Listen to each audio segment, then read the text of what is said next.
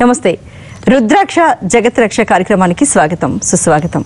ప్రముఖ రుద్రాక్ష నిపుణులు, వేదగణిత శాస్త్రవేత్త, పలు జాతీయ అంతర్జాతీయ అవార్డుల గ్రహీత డాక్టర్ జి పాండురంగారావు గారు మనతో ఉన్నారు. మరి రుద్రాక్ష యొక్క విశిష్టతను ఆయన మాటలను తెలుసుకుందాం. నమస్తే అండి పాండురంగారావు. నమస్కారం. ఓం నమః శివాయ.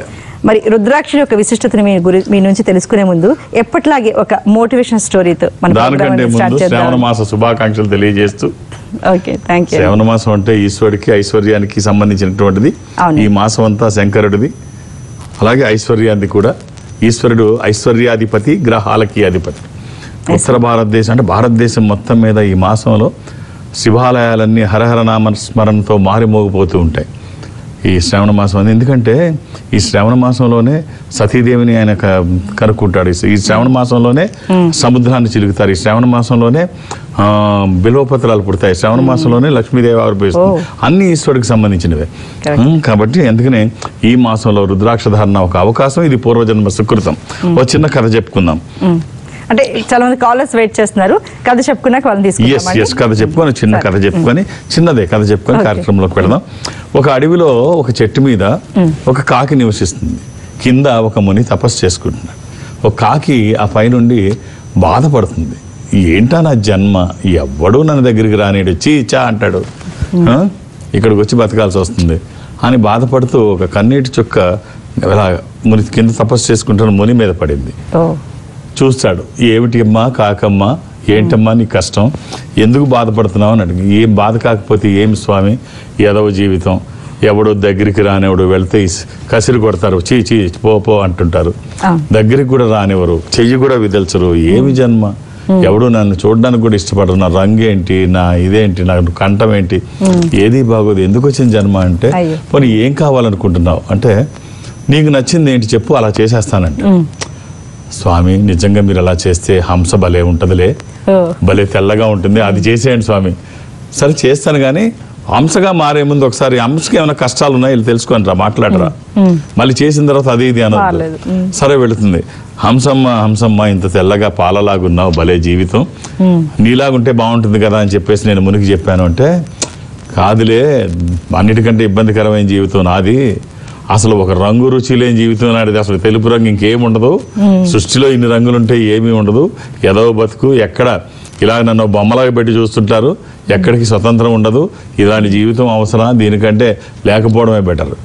సో ఎవరి జీవితం బాగుంటుంది అంటావు అంటే, పంచవన్నెల రామచిలుక రంగులకు ఉంటుంది. రామచిలుక ముక్కు ఒక రంగు, శరీరం ఒక రంగు, చక్కని పలుకులు భలే ఉంటుంది.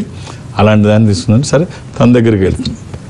తన దగ్గరికి వెళ్ళి తన కష్టం తెలుసుకుందాం, ఏమైనా ఉన్నాయేమో అని. అక్కడికి వెళితే, అమ్మ నీ జీవితం ఎలా ఉంది అంటే, ఏదో జీవితం, ఈ ఆకుల్లో ఆకులా కలిసిపోవడం, ఎక్కడున్నానో తెలియదు, బై మిస్టేక్ ఎవరికైనా దొరికితే తీసుకెళ్ళి పంజరంలో పెట్టేస్తారు, పెట్టేసి చిన్న కదలడానికి ఉండదు, ఒక ఏదో ఫ్రూట్ అక్కడ పడేస్తారు, ఇంకంతే, జీవితాంతం ఖైదు, ఏదో జన్మ ఏదో జీవితం. మరి నీకు తెలిసి ఎవరి జీవితం బాగుంటుంది అంటే, అన్నిటికంటే నాకు తెలిసి పికాక్, నెమలి, ఆ అందం, ఆ రాజసం, ఆ నడక, ఆ టీవీ, అంత బ్యూటీ ఇంక దేనికి ఉండదు.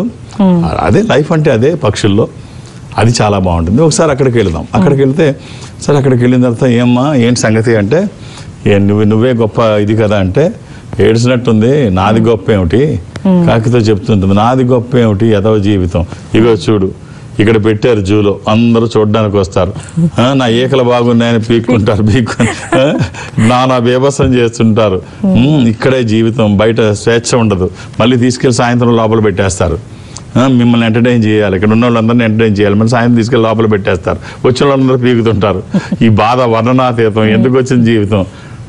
మరి నీకు తెలిసి ఎవరు బాగున్నారంటే, నేను చూస్తుంటాను పైనుంచి, రోజు నీదే జీవితం, అద్భుతమైన జీవితం, స్వతంత్రాలివి, నీ జోలికి ఎవరు రారు, లోపల పెట్టరు, నీకు ఒక ఎక్కడ బంధించడం అనేది కానీ, జూ కానీ, పంజరం కానీ, ఇలాంటివి ఏమీ ఉండవు, పెంచుకోవడం కానీ ఇలాంటివి ఏమీ ఉండదు, నువ్వు ఎక్కడికి వెళ్ళినా ఎవడు అబ్జెక్ట్ చేయడు, నిన్ను కోసుకోరు, తినరు, ఏమీ ఉండదు, సర్వ స్వతంత్రాలివి, ఎక్కడ పడితే అక్కడికి వెళ్తావు, ఏది కావాలంటే అది తింటావు, ఎవ్వరు నీ జోలికి రాదు. ఇంత గొప్ప జీవితం ఏ పక్షికి వస్తుంది చెప్పు అంటే, అప్పుడు అనుకుంటుంది, కరెక్టే కదా, నా జీవితం చాలా ఉన్నతమైంది, ఎవరికి రాదు, ఎవరు పెంచుకోరు, ఎవరు కోసుకోరు, ఎవరు నా దగ్గరికి రారు, ఎంత బాగుంది ఈ జీవితం అని. సో కట్ చేస్తే ఎవరికి వాళ్ళు వాళ్ళ లోపాలని తెలుసుకొని బాధపడడం కాదు, వాళ్ళలో బలహీనతలు చూడడం కాదు, మీలో ఉన్న బలాల్ని గుర్తించండి. ప్రతి వాళ్ళకు ఓ బలం ఉంటుంది. బలహీనతలు చూసి బాధపడేదానికంటే మీలో ఉన్న బలాల్ని గుర్తించండి, అవి అటువైపు మీరు ప్రయాణం చేయండి, అద్భుతాలు సాధిస్తారు. ఓకే గురువు గారు, ఒక కాల్ చూద్దామండి. హలో, నమస్తే అండి. నమస్తే అండి. మీ పేరెంట్ ఎక్కడి నుంచి మాట్లాడుతున్నారు? చందానగర్ నుంచి మాట్లాడుతున్నాను. ఓకే, మీ పేరు? అయ్యా, ఓం నమ శివాయ అండి. నమస్తే సార్. మీకు, మీ కుటుంబ సభ్యులకి శ్రావణ మాస శుభాకాంక్షలు. మీకు కూడా సేమ్ అండి, ధన్యవాదాలు. చెప్పండి డేట్ ఆఫ్ బర్త్ ఇస్తారా? 5/3/1996 అండి. అంటే 5వ తారీఖు మార్చ్ మార్చ్ 1996. 1996. ఎవరిదండి ఇది? మా అబ్బాయి సార్. మంగళవారం పుట్టినట్టు గుర్తుందా అండి? అవునండి, తెలుసు. ఇది పాడ్యమి కృష్ణపక్ష పౌర్ణమి తర్వాత రోజు. ఇది కన్యా రాశి. ఈ అబ్బాయి ఎక్కడ, విదేశాల్లో ఉన్నాడండి? ఇక్కడనే ఉన్నాడు సార్. ఇక్కడనే ఉన్నాడు సార్, ఐటీ జాబ్ లో ఉన్నాడు. ఈ అబ్బాయికి విదేశాలకు వెళ్ళే అవకాశం కూడా చాలా ఎక్కువ ఉందండి. రైట్, ఒక్క రుద్రాక్ష చెప్తాను, వీలైతే అబ్బాయికి వేసి చూడండి. ఎంతమంది పిల్లలు మీకు? ఇద్దరు సార్, ఇద్దరు. ఇంకొకళ్ళు ఎవరు? ఇంకోటి వీళ్ళ ఎల్డర్, ఆయన యూఎస్ లో ఉన్నాడు సార్. ఆయన మీరు ఎక్కడి నుంచి మాట్లాడుతున్నారండి? ఇక్కడ బిఎస్ఎల్ చందానగర్ సార్. ఒక్క మంచి రుద్రాక్ష చెప్తాను అబ్బాయికి, ఈ రెండిట్లో ఏదైనా ఒక్కటి వేసి చూడండి, అది వచ్చాక చాలా మార్పులు చూస్తారు. అన్నీ ఇప్పుడు దగ్గరకు వస్తున్నాయి, వివాహం అన్నీ దగ్గరకు వస్తున్నాయి. త్రయోదశిముఖి రుద్రాక్ష కానీ, ద్వాదశముఖి రుద్రాక్ష కానీ.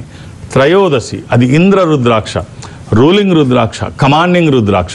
అనుకున్నది సాధించడానికి, సంకల్పం సిద్ధించడానికి, కోరికల సాఫల్యం కోసం, జాతకపరంగా అవసరమైంది కూడా త్రయోదశి. అది కుదరకపోతే ద్వాదశి, సూర్యస్వరూపం. ఈ రెండిట్లో ఏదైనా ఒక్కటి వేయండి, వేసిన తర్వాత మార్పు మీరు చూస్తారు, చాలా బాగుంటుంది. అంటే మనం చేసే పనికి ఒక స్పిరిచువల్ సపోర్ట్, ఒక దైవికమైన సహకారం తీసుకుంటే వచ్చే ఫలితం ఖచ్చితంగా బాగుంటుంది. ఎలాంటి నియమాలు లేవు, ఎప్పుడూ వేసుకోవచ్చు. అందులో ఈ మాసంలో, ఈ శ్రవణ మాసంలో రుద్రాక్ష ధారణ ద్విగుణీకృతం అవుతుంది, ఫలితం దశింతల ఫలితం వస్తుంది. అంటే రెట్టింపు 10 వరకు ఫలితం వచ్చే అవకాశం ఈ శ్రవణం. అందుకనే కార్తీకం, శ్రావణం రుద్రాక్ష ధారణకి అనుకూలమైనటువంటి మంచి. ఆల్ ది బెస్ట్ అండి. ఇంకా కాల్ చూద్దాండి. హలో, నమస్తే అండి. నమస్తే మేడం. ఓకే, పేరు చెప్పి ఎక్కడి నుంచి మాట్లాడుతున్నారో చెప్పి గురుగారితో మాట్లాడండి. నెల్లూరు నుంచి అండి. ఓం నమ శివాయ అండి. మీకు, మీ కుటుంబ సభ్యులకి శ్రావణ మాస శుభాకాంక్షలు. Thank you sir. చెప్పండి. నాకు, నా పేరు నాగరాజు. నాగరాజు గారు, డేట్ ఆఫ్ బర్త్? 19/1/1969.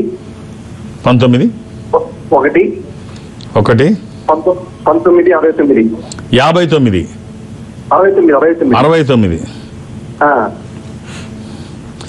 ఎంతమంది పిల్లలండి? పిల్లలు ఇద్దరు ఆడపిల్లలు. మీరు ఆదివారం పుట్టినారు తెలుసా అండి? సండే. కరెక్ట్ సార్, కరెక్ట్ చేశారు.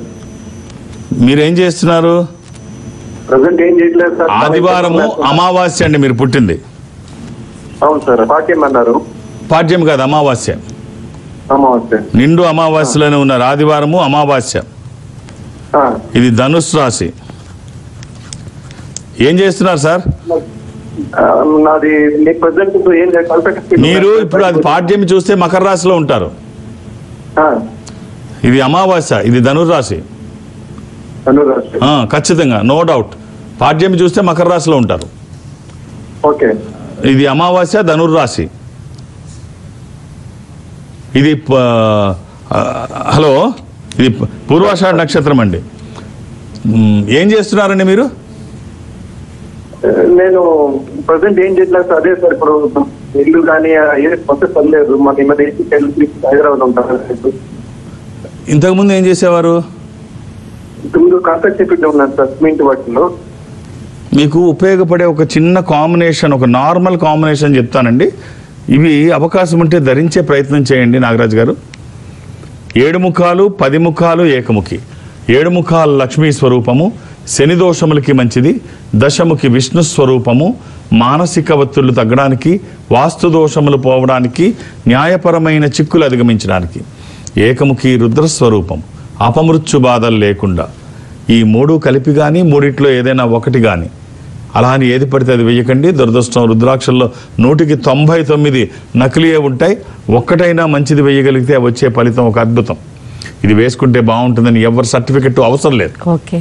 అది సరైన పద్ధతిలో వేసుకుంటే మనం చేస్తున్న పనికి ఒక సహకారం తోడైతే, అంటే మామూలుగానే మనం ఏదైనా పని చేసినప్పుడు ఎవరి సహకారం అన్నా తీసుకుంటే అది త్వరితంగా అవుతుంది, మంచి ఫలితం వస్తుంది. మనం ఒక్కళ్ళమే పని చేస్తే మన సామర్థ్యానికి తగ్గ ఫలితం మాత్రమే వస్తుంది. అది ఒక్కొక్కసారి రాకపోవచ్చు కూడా. మన కష్టం ఒక్కోసారి బూడిదలో పోసిన పన్నీరు అయిపోతుంది. సో అలా కాకుండా ఒక దైవికమైన సహకారం తీసుకుంటే మంచి ఫలితాలు రావడమే కాకుండా త్వరితంగా వస్తాయి. ఆల్ ది బెస్ట్ అండి. ఓకే గురుగారు, అన్నిటికంటే కరుంగిలి మాల అనేది ఈ మధ్యకాలంలో చూస్తే చాలా మంది ధరిస్తూ ఉన్నారు. అసలు అంటే ఎవరు ధరించవచ్చు? నిజంగానే అందరూ కొంటున్నవి వేసుకుంటున్నవి నిజమైనవేనా?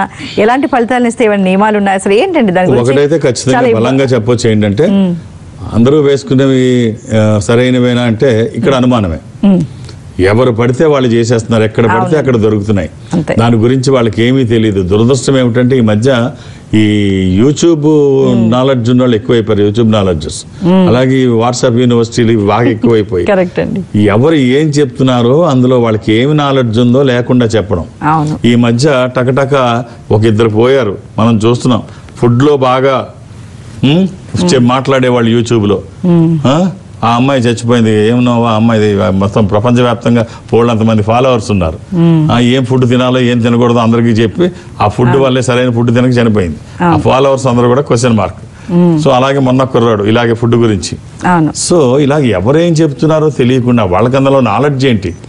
యూట్యూబ్ లో వచ్చినవన్నీ నిజాలు కాదు. కరెక్ట్ అండి. అందులో ఈ వ్యాపారం కోసం అయితే ఇష్టం వచ్చినట్టు చెప్పేస్తున్నారు. దేని గురించి అన్నా చెప్పండి, ఇవి సెంటిమెంట్స్కి సంబంధించినవి తెలుసుకొని చెప్పండి, లేకపోతే తెలిసిన వాళ్ళతో చెప్పించండి. అలా కాకుండా అసలు ఎలా చెప్తున్నారంటే కరుంగలి మాల గురించి మీరు వేసుకోకూడదు, వీళ్ళు వేసుకోకూడదు, వీళ్ళు వేసుకోవాలి, వేసుకుంటే అబద్ధం ఆడకూడదు, వేసుకుంటే ఇది తినకూడదు. అసలు ఆచరణ యోగ్యము కానిదేది ఆచారము కాదు, ఆచరించగలిగేది మాత్రమే ఆచారము. మనకి జీవన విధానంలో ఉపయోగపడంది ఏది మన సంపద కాదు. ఉపయోగపడంది మనల్ని కించిపరిచేది కానీ మనకు నష్టం చేసేది ఏది కానీ అది ఆధ్యాత్మికత కానీ ఆ ధర్మం కానీ సాంప్రదాయం కానీ ఏమీ ఉండదు. అలా ఏమీ ఉండదు. అలా ఉంటే ధర్మం కాదు, అది సాంప్రదాయము కాదు. సో ఇంకా దారుణంగా ఎలా చెప్తున్నారు అంటే ఈ కరంగలి వృక్షం అంటే 150 సంవత్సరాలు భూమిలోంచి వస్తుందంట, ఒక 50 సంవత్సరాల మధ్యలోంచి ఏదో వస్తుందంట, ఆ తర్వాత అది కింద పడిపోద్దంట, ఆ మధ్యలో ఉన్నది ఒక 50 ఏళ్ళు ఉంటదంట, దాని మధ్యలోంచి ఒక చిన్న ఇది తీస్తారంట, అదే కరుంగలి అంట. సృష్టిలో లేనిది, సృష్టిలో ఎక్కడ ఇలా జరగదు. ఏ పుట్టుగా ఏ వృక్షమో అలా ఉండదు. ఇవన్నీ అబద్ధాలు, ఇదేది నిజం కాదు. కరుంగలి ఏమిటంటే అది పాతాళ శంభు మురుగన్ అని తమిళనాడులో ఒక ఆలయానికి చెంది సుబ్రహ్మణ్య స్వామికి ప్రీతిపాత్రమైనది. అక్కడ కరుంగలి అనేది తమిళ పదం. ఈ మనకి ఇంగ్లీష్ లో అది బ్లాక్ ఎబోని, తెలుగులో నల్ల తుమ్మ చెక్క, తెలుగులో నల్ల తుమ్మ. మనం దిష్టి దోషాలకి వాడేవాళ్ళం. అరే ఏది నల్ల తుమ్మ తెలుగు, దీన్ని జమ్మి సెమి వృక్షం, ఇలా రకరకాలుగా నోటికి వచ్చిన పేర్లతో చెప్పేస్తున్నారు వీళ్ళకి తెలియకపోయినా. ఇది బ్లాక్ ఎబోని మాత్రమే, నల్ల తుమ్మ. ఇది దిష్టి దోషాలకి ఉపయోగపడుతుంది. పూర్వం మన పెద్దలు దిష్టి దోషాలకి వాడమనేవారు. సో ఇది మంచిదే దిష్టి దోషాలకు వేసుకుంటే. ఇది బరువు ఎక్కువ ఉంటుంది, సరైనది వేసుకోండి. ఎక్కడ పడితే అక్కడ అన్ని రకరకాల నకిలీలు. ఈ సంస్థ సుదీర్ఘ ఇన్ని సంవత్సరాలు 33 సంవత్సరాల నుంచి ఈ సంస్థ ఉంది. ఈ సంస్థ స్వయంగా మ్యానుఫ్యాక్చరింగ్ చేసి బయట నుంచి ఎక్కడి నుంచి తేదు. అంటే ఏమో వాళ్ళు ఏమిస్తారు. అందుకనే ప్రతి వాళ్ళకి భారతదేశం అంతా ఈ సంస్థ ఉంటుంది. మీరు భారతదేశంలో ఈ సంస్థకి దగ్గరగా ఎక్కడైనా ఉంటే అక్కడ మీరు కలెక్ట్ చేసుకోవచ్చు. లేదా మీరు ఎక్కడి నుంచి అన్నా ఆర్డర్ చేస్తే భారతదేశంలో ఏ మూలకన్నా కొరియర్ చేస్తారు. మీకు దగ్గరలో ఉన్న కార్యాలయం దగ్గర నుంచి మీరు కొరియర్ చార్జెస్ పే చేయాల్సి వస్తుంది. అంటే మీరు సంస్థ పేరు చెప్పారు, తెలుసు కదా, ఇది రుద్రాక్ష మనం ప్రత్యేకించి నేను ఎప్పుడు మా దగ్గర ఇన్ఫర్మేషన్ చెప్తున్నాను తప్ప. సో ఇంకొకటి ఏంటంటే ఈ సంస్థ నుంచి అవి పంపించినప్పుడు, ఈ కరుంగలి మాల పంపించినప్పుడు ఒరిజినల్ అని ప్రత్యేకించి సర్టిఫికేట్, ఈ సర్టిఫికేట్లు ఎవరు ఇస్తారు? ఎవరికాళ్ళు ప్రింట్ చేసేసుకొని సర్టిఫికేట్ అంటారు. గవర్నమెంట్ ఏమి ఇవ్వదు కదా. ఇక్కడ ఈ సంస్థ నుంచి ఏం చేస్తారంటే అలాంటి సర్టిఫికేట్లు ఏమి ఉండవు. ఓ మంచి సీల్ బాక్స్, ఆ సీల్ పోకుండా చూస్తారు. ఆ సీల్ లేకపోతే తీసుకోవద్దంటారు. తర్వాత దాంతో ఒక వుడెన్ పీస్, ఒక చెక్క ముక్క కూడా దేంట్లో నుంచి అయితే పూసలు కట్ చేస్తున్నారో ఆ రిమైనింగ్ బ్యాలెన్స్ ముక్క మీకు ఆ పీస్ పంపిస్తారు. ఎందుకంటే ఇది ఒరిజినల్ లోంచి తీసాము, ఇది దీని ఒరిజినల్ అని. ఇది మీరు గుర్తించక్కర్లా, మీ ఇంట్లో పెద్దవాళ్ళకి చూపిస్తే ఇది ఒరిజినల్ కాదా వాళ్ళు చెప్తారు. సో అంత సింపుల్. ఈ వుడ్ పీస్ ని మీరు పూజలో పెట్టుకోండి, ఆ గృహం అంతా పాజిటివ్ గా ఉంటుంది. ఇది మెడలో వేసుకోండి, ఆహార నియమాలు ఏమీ లేవు, ఎప్పుడైనా వేసుకోవచ్చు, ఎవరైనా వేసుకోవచ్చు. వేసుకున్న తర్వాత బాగుంటుంది అంతే. ఇంకా అతి సర్వస్త వర్జయత, అది ఏది చేయకూడదు. ఇంకో కాల్ చూద్దామండి. హలో, నమస్తే అండి. నమస్తే మేడం. ఎక్కడి నుంచి మాట్లాడుతున్నారు? మీ పేరు, డేట్ ఆఫ్ బర్త్ గురువు గారికి చెప్పండి. మాట్లాడండి గురువు గారితో. నమస్తే అయ్యా. ఓం నమ శివాయ అండి. నమస్తే సార్. పాప గురించి తెలుసుకున్నాను. డేట్ ఆఫ్ బర్త్ ఇవ్వండి సార్. 12/1/2012. 12/1/2012. వీళ్ళకి జాతక పరిశీలన ఏం అవసరం లేదు సార్. చిన్నపిల్లలు ఒక్క రుద్రాక్ష చెప్తాను, చదువుల కోసం, ఆరోగ్యం కోసము. అష్టముఖి రుద్రాక్ష, ఇది గణపతి స్వరూపం. అయ్యా ఏమంటారు? పాప భవిష్యత్తు ఎట్లా ఉంటుంది అనేది కనుక్కుందామని చేశాను. ఇప్పుడు అందుకనే మనం ఏది కూడా టీవీలో సినిమా చూసినట్టు చూడడం ఎవరికి సాధ్యం కాదు. పెద్దవాళ్ళుగా మీరు వాళ్ళకి మంచి జరగాలని పేరెంట్స్గా వాళ్ళని బ్లెస్ చేయండి, ఆశీర్వదించండి. తల్లిదండ్రుల బ్లెస్సింగ్స్ భగవంతుడి కంటే బలంగా ఉంటాయి. తల్లి, తండ్రి, గురువు, దైవం. మొదట అమ్మానాన్నే. ఎందుకంటే అమ్మ దీవెనలో స్వార్థం ఉండదు. సో భగవంతుడి కంటే బలమైన దీవెన అమ్మదే. అమ్మ, నాన్న, గురువు, దైవం. గురువుని ఎందుకు పెట్టారు, దైవాన్ని ఎందుకు పెట్టలేదంటే ఇక్కడ ఫకీర్ అంటే నీకు ఫకీర్ గొప్పవాడా భగవంతుడి గొప్పవాడా అని అడిగితే తను అంటాడు అనమాట, గోవిందుడు వీడు అని చెప్పిన గురువే నాకు గొప్ప. వాడు ఎవడు గోవిందుడు ఏమన్నా ఎలా తెలుస్తుంది నాకు? గురువు చెప్తేనే కదా వీడు గోవిందుడు అని. కాబట్టి నాకు ఇతనే గొప్ప, గురువే గొప్ప. సో కాబట్టి అందుకనే తల్లి, తండ్రి, గురువు, దైవం. సో మీ బ్లెస్సింగ్స్, వాళ్ళ ప్రయత్నము, ఈశ్వరానుగ్రహము. ఈ రుద్రాక్ష వాళ్ళ వెన్నంటి ఉండి ఒక రక్షణ కవచంగా ఉంటూ చదువుల పట్ల శ్రద్ధ కలగడానికి, చదివింది వంట పట్టింది ప్రదర్శిస్తే ఫలితాలు వస్తాయి. నెగిటివ్ ఫోర్సెస్ దగ్గరికి రాకుండా అష్టముఖి రుద్రాక్ష, ఇది గణపతి స్వరూపము. విఘ్నాలు లేకుండా ముందుకు వెళ్ళడానికి, నిర్విఘ్నంగా అన్ని పనులు చేసుకోవడానికి, కెరీర్ కోసము, ఎడ్యుకేషన్ కోసము, ఇది వాక్కుకి సంబంధించి, నాలెడ్జ్కి సంబంధించి ఈ ఒక్క రుద్రాక్ష వేసి చూడండి. మామూలు రుద్రాక్షే, వచ్చే ఫలితం ఒక అద్భుతం. All the best. పాండురంగారావు గారు, అంటే మనకి ఇలా కాల్స్లో మాట్లాడే వాళ్ళు కొంతమంది అయితే మిమ్మల్ని ప్రత్యక్షంగా కలవాలనుకునే వాళ్ళు చాలా మంది ఉన్నారండి. మరి వాళ్ళకి మీరు ఎక్కడెక్కడ అవైలబుల్ ఉంటారు ఏంటండి? నేను ఒక ఆధ్యాత్మిక సంస్థలో ఉంటున్నాను. ఈ సంస్థ ప్రపంచవ్యాప్తంగా ఉంటుంది. జనరల్గా నేను ఎక్కడికి క్యాంపులకి అది వెళ్ళడానికి అవకాశం ఉండదు, కానీ సౌత్ ఇండియాలో నేను అటెండ్ అవుతూ ఉంటాను. ఇది ప్రపంచం అంతా ఉన్న సౌత్ ఇండియాలో ప్రతి గురువారం నాడు ఒక బ్రాంచ్కి వెళ్ళడం ఒక సాంప్రదాయంగా పెట్టుకున్నాను. ఇప్పుడు మొన్న వారం గురువారం నాడు నేను బెంగళూరు వెళ్ళాను. ఇప్పుడు కమింగ్ గురువారం నాడు విజయవాడ వెళ్తాను. సో మధ్యాహ్నం 1 గంటన్నర వరకు మాత్రమే, 2 గంటలు మ్యాక్సిమం విజయవాడలో ఉంటాను. అర్థం చేసుకొని సహకరించండి. 2-3 పేర్లు అక్కడ నమోదు చేయించకండి. అంటే నాకున్న అలవాటు ఏంటంటే, ఎందుకు 2 గంటలే ఉంటానంటే, ఏదో ఛానల్లో చెప్పాను, మళ్ళీ చెప్పక అన్నింటిలో చెప్పాలి కాబట్టి అంటే నేను ఏ ఊరు వెళ్ళినా, ఇతర దేశాల సంగతి చెప్పలేను, కానీ భారతదేశంలో ఎక్కడికి వెళ్ళినా రాత్రికి ఇంటికి వచ్చేస్తాను, అక్కడ ఉండను. అందుకనే మధ్యాహ్నం ఏం లేదు, ఒక అలవాటు. సాయంత్రం ఇంట్లో ఉండడం ఒక అలవాటు అంతే. ఎక్కడున్నా అంతకు మించి ఏం లేదు. విజయవాడ వెళ్తున్నా, మధ్యాహ్నం వరకు అక్కడ ఉంటాను. మీరు 2-3 పేర్లు నమోదు చేయించకండి. 1 గంటన్నర వరకే ఉంటాను. అలాగే హైదరాబాద్లో నన్ను కలవడానికి నేను ఎవరికి అపాయింట్మెంట్స్ ఇవ్వను, రికమెండేషన్స్ తీసుకోను. నన్ను కలవడానికి ఇవేమీ అవసరం లేదు. నేను ఉన్నప్పుడు వస్తే చూసేస్తాను. నేను ప్రతిరోజు శని ఆదివారాలతో కలిపి అన్ని రోజులు హైదరాబాద్లోనే ఉంటాను, ఒక గురువారం తప్ప. అలాగే దూర ప్రాంతాల నుంచి కూడా మీరు ఇక్కడి వరకు రావక్కర్లేదు. నేను సౌత్ ఇండియా అటెండ్ అవుతాను, మీతో మాట్లాడతాను వీడియో కాల్స్లో. మీరు ఈ సంస్థకి ఎక్కడ దగ్గరగా ఉంటే అక్కడికి వెళితే, అంటే అది చెన్నై కావచ్చు, బెంగళూరు, విశాఖపట్నం, విజయవాడ, తిరుపతి, రాజమండ్రి, శ్రీశైలం, వేములవాడ, కాళహస్తి, ఎక్కడైనా మీరు అక్కడికి వెళితే వాళ్ళు నాతో మాట్లాడించే ప్రయత్నం చేస్తారు. మాట్లాడే ప్రయత్నం నేను చేస్తాను. ఆ విధంగా నాతో మాట్లాడినా, డైరెక్ట్గా హైదరాబాద్ వచ్చి నన్ను కలిసిన, గురువారం నాడు విజయవాడ నన్ను కలుద్దాం అనుకున్నా, ఒక్కొక్క డేట్ ఆఫ్ బర్త్ మాత్రమే ఇవ్వండి. నా మీద ఇంత ఒత్తిడి ఉంటుంది కాబట్టి అర్థం చేసుకొని సహకరించండి. ఓకే, రైట్ అండి. ఇంకో కాల్ చూద్దామండి. హలో, నమస్తే అండి. నమస్తే మేడం, మా బాబు గురించి. ఓకే అండి, గురుగారితో మాట్లాడండి. ఎక్కడి నుంచి మాట్లాడారు? నమస్తే అండి, నా పేరు సురేష్ అండి. మా బాబు పేరు సునీల్ అండి. 21/9/2007 అండి. 2007 అండి. ఇప్పుడు మెడిసిన్ కోసం ట్రై చేస్తున్నానండి, ఎట్లా ఉందనేది ఇంటర్మీడియట్ అయిపోతుంది. సార్ శుక్రవారం పుట్టినట్టు తెలుసు కదండి? అవును సార్. మెడిసిన్ చదువుతున్నాడండి అబ్బాయి? లేదండి, ఇంటర్మీడియట్ అయిపోయింది, మెడిసిన్ అడ్మిషన్ కోసం ట్రై చేస్తున్నాను. అయిపోయిందండి. ఇది చతుర్థి ఇంకా కాలేదు, దానికి కావాలి. ఓకే, ఇది చతుర్థి కృష్ణపక్షము, బహుళ చవితి అంటే సంకటహర చతుర్థి ఆ రోజు. ఇది వృషభ రాశి. ఈ అబ్బాయికి మీరు ఇవ్వాల్సిన రుద్రాక్ష ద్వాదశముఖి కానీ నవముఖి కానీ. ఈ ద్వాదశముఖి రుద్రాక్ష 12 ముఖములు కలిగిన ఈ రుద్రాక్ష ద్వాదశ ఆదిత్య స్వరూపము అంటే సూర్యస్వరూపం. ఉన్నతమైన స్థితి కోసము, అనారోగ్య సమస్యలు లేకుండా బ్రైట్ ఫ్యూచర్ కోసం. అది కుదరకపోతే నవముఖి అమ్మవారి స్వరూపం. ఈ రెండిట్లో ఏదైనా ఒక్కటి ఇవ్వండి, అన్నీ బాగుంటాయి. ఎలాంటి నియమాలు లేవు. All the best. గురువుగారు, మరొక చిన్న ప్రశ్న అండి. చాలా మంది ఏంటంటే మన దగ్గరలో ఉన్న వాళ్ళని అంతా మన వాళ్ళు అనుకుని వాళ్ళకి సంబంధించిన ప్రతి ఒక్క విషయం షేర్ చేసుకుంటారు. కానీ ఒక్కసారి రివర్స్ అవుతుంది. వాళ్ళిద్దరికి మాది ఏ మాత్రం చిన్న గొడవ వచ్చినా వీళ్ళంతా మొత్తం బయట పెట్టడం, వాళ్ళకున్న ఏదైతే లోపం ఉందో దాన్ని బయట పెట్టడం, తద్వారా వీళ్ళు చాలా ఇబ్బంది పడడం చాలా ఎక్కువగా జరుగుతూ ఉంటుంది. జీవితంలో సక్సెస్ ఎవరు సాధిస్తారంటే తన బలహీనతలు బలాలు ఎదరు వాళ్ళకి చెప్పకుండా ఉండేటువంటి వాళ్ళు. ఖచ్చితంగా చెప్పాలి. అసలు ఎట్టి పరిస్థితుల్లో బలాలు కూడా.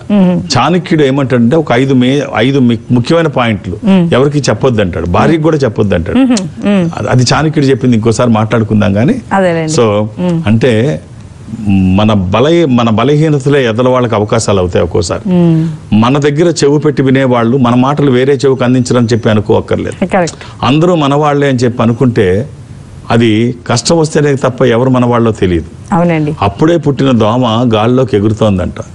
ఎగిరి అలా షికార్లు కొట్టుకొని వచ్చింది. తల్లి చూసి అడుగుతోంది, ఏమిరా నాయనా, కొత్తగా మొట్టమొదటిసారి బయటికి వెళ్ళావు, ఎలా ఉంది ప్రపంచం అని అడిగితే, అమ్మాయి ఎంత ఆహ్లాదంగా ఎంత ఆనందంగా ఉందో, అందరినీ చూస్తే ముచ్చటేసిందమ్మా, అందరూ నేను బయటకు వస్తుంటే అందరూ నన్ను ఆహ్వానిస్తూ చప్పట్లు కొడుతున్నారమ్మా, భలే ఉంది బయట ప్రపంచం అంటే.